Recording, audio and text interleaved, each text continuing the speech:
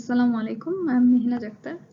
Today I am going to discuss about photoelectric effect from the chapter Introduction of Modern Physics for class 12 physics second paper.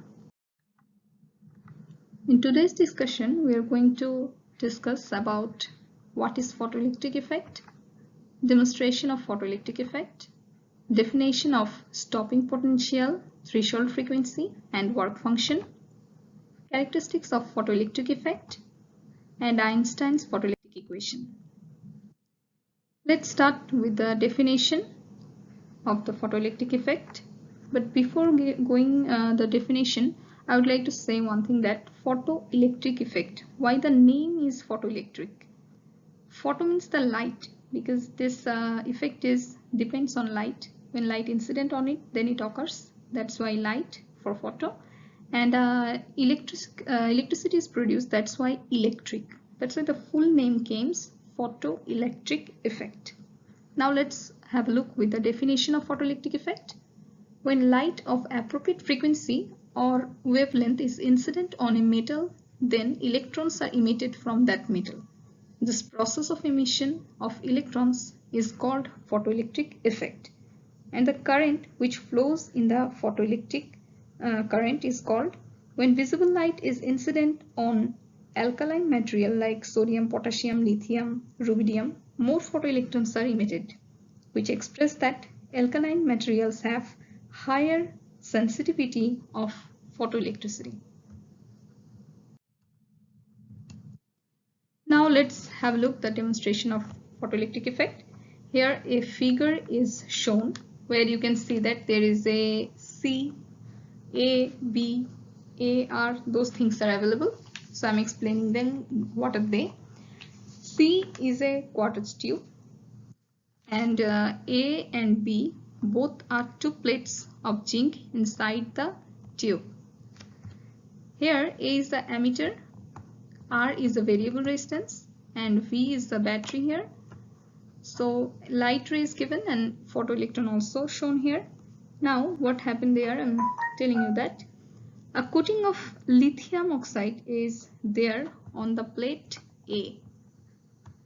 Plate A is connected with the negative terminal of the battery, and there is a key, you can see that, and B is connected with a emitter, variable resistance, and the positive terminal of the battery. The value of R can changes the potential difference, and it can control actually the potential difference. Now what's happened there, when light ray is incident, here light ray is shown in the figure. When light ray is incident on a plate A, electrons are emitted. Since the plate B is positive, so electrons will be attracted by it and current will flow in the circuit, which is shown in the emitter. That means emitter deflection occurs. If there is no light, then no current will flow. The magnitude of the current will depend on the intensity of the incident light. If the potential difference is increased, current will also increase. Now if we think in the opposite way, that means A is connected with the negative node, that means is the positive terminal of the battery, and B is connected with the negative terminal of the battery. Then what's happened? A is connected with a positive terminal and B is connected with the negative terminal of the battery. Then if the light is incident on A, emitted electrons will be attracted by A, because electrons have negative charge and A is positive. A is connected with the positive terminal of the battery. That's why the electrons are attracted by A and current will decrease. If positive potential of A is gradually increased, current will continue to decrease, and at a fixed potential, current will be zero. This potential is called stopping potential.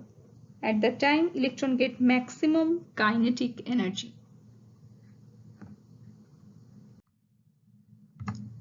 Now let's have a look the mathematical examples. Here I said you that it gather kinetic energy. So kinetic energy is equal to EV E is the charge of the electron and V0 is the stopping potential. Instead of kinetic energy, I can write half mv square, then V max square, you know that. And here I am describing m is the mass of the electron, E is the charge of the electron, V0 is the stopping potential, and V max is the maximum velocity of the electron. Now we have to know what is stopping potential. We already learned the stopping potential. The minimum negative potential applied on anode plate with respect to the cathode plate, for which the photoelectric current just stops, is called stopping potential. Stopping potential does not depend on the intensity of the incident light, but it depends on the frequency of the incident light. From an experiment, it has been observed that below a fixed value of frequency of the incident light, no electrons emit from the metal. This frequency is called threshold frequency. Let's have a look with the definition of threshold frequency. Threshold frequency says that for every metal there is a minimum frequency, and below that frequency of light, electrons from that metal surface cannot be emitted. That means there is a fixed value. Less than this value, it cannot be emitted. More than that value, it can be emitted. That minimum frequency is called threshold frequency. Threshold frequency is different for different materials or metals. Now threshold frequency equals to nu equals to W divided by H, where W is the work function and H is Planck's constant. Now another definition, work function. What is work function? We learned that threshold frequency is related with this. The amount of energy needed to emit electron having zero velocity from the surface of a metal is called work function of that metal. Work function is more important as an definition, and also in maths sometimes we have to show that photoelectric effect will occur or not. That times we will see that work function is needed. Without this we cannot express that perfectly. So in work function we can have the formula also. W is equal to h nu. Nu is the frequency and threshold frequency, and h is Planck's constant. This value is fixed, you know that. Now let's have a look with the curve. This is a photocurrent versus potential curve, and in this curve we can see there is a stopping potential. Actually, when the terminal A is connected with the negative part of the battery and frequency is constant, then intensity of light increases and current also increases. Stopping potential will be same. Here we can see that the V0 is a stopping potential in that point. It is a fixed value here, and current increases. You can see there also, and here I3 greater than I2 greater than I1. That means three currents are showing over there. Here another curve we can see where the potentials are increases. If the light is having same intensity but different frequency, then potential changed and the current also changed. Here we can see that the changes here, and after that it was a fixed value. So this is also a potential versus photoelectric current curve.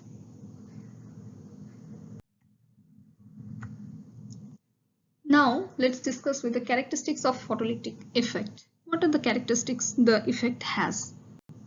Photoelectric effect starts instantaneously on incidence of light, and this effect stops instantaneously as soon as incident of the light stops.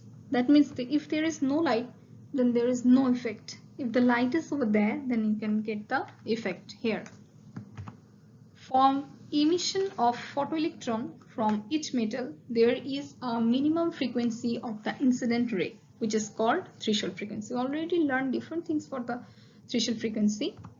Threshold frequency is different for different metals. I already said that it is differ from metal to metal. Velocity of photoelectron is within a fixed maximum value. Maximum velocity of photoelectron is proportional to the frequency of incident ray. The frequency of incident ray is proportional with the velocity. And at last we can say that rate of emission of photoelectron is proportional to the intensity of light. So intensity and frequency, those are most important part for the incident light, which is related with the photoelectric effect. Now Einstein's photoelectric equation. Here we can see a figure.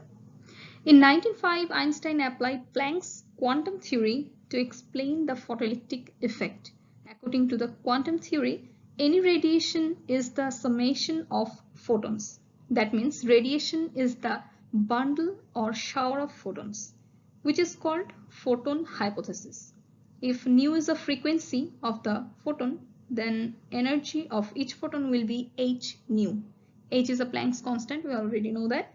Suppose the potential of energy h nu is incident on the atom of a metallic sheet.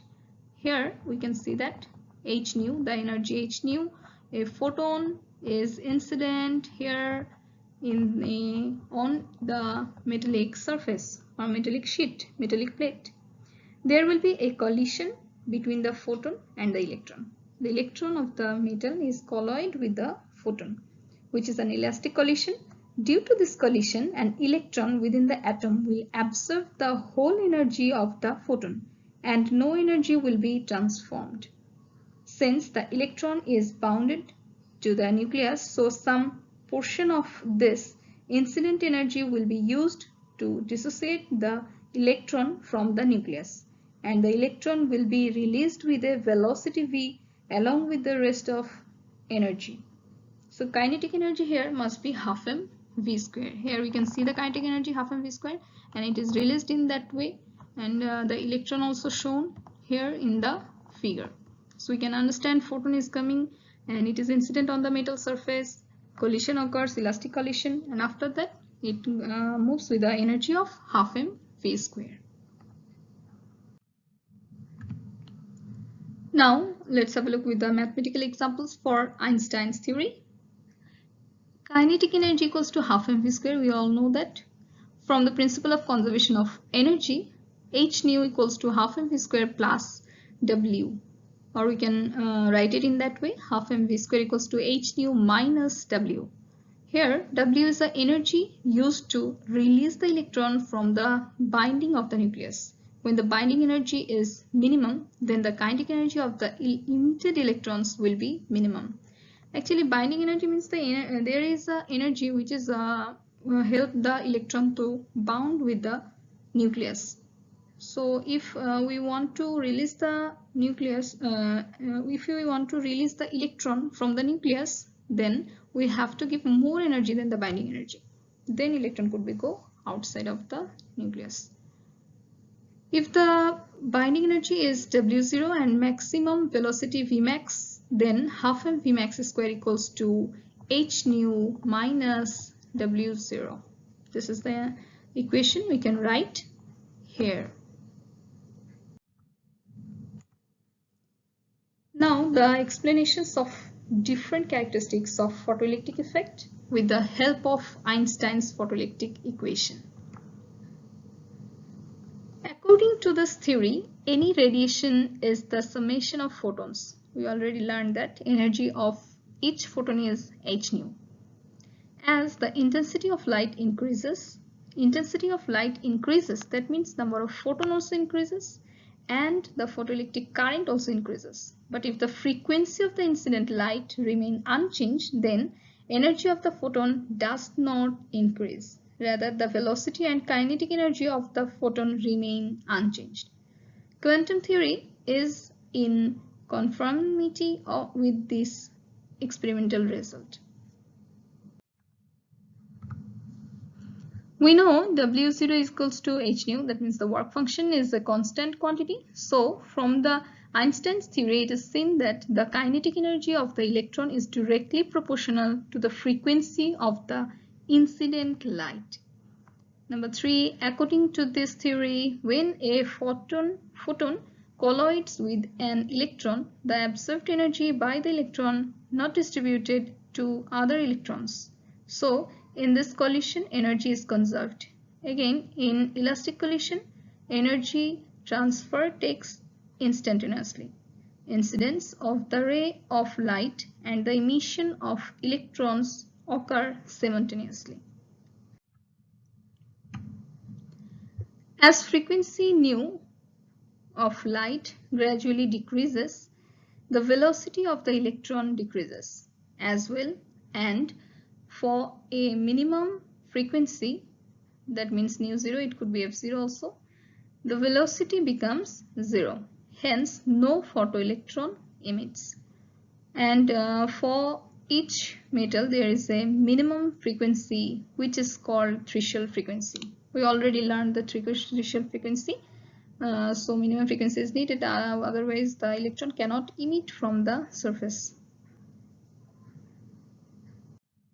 So that's all with this theory. I hope you all understand perfectly. Thank you very much for being with me in the full lecture.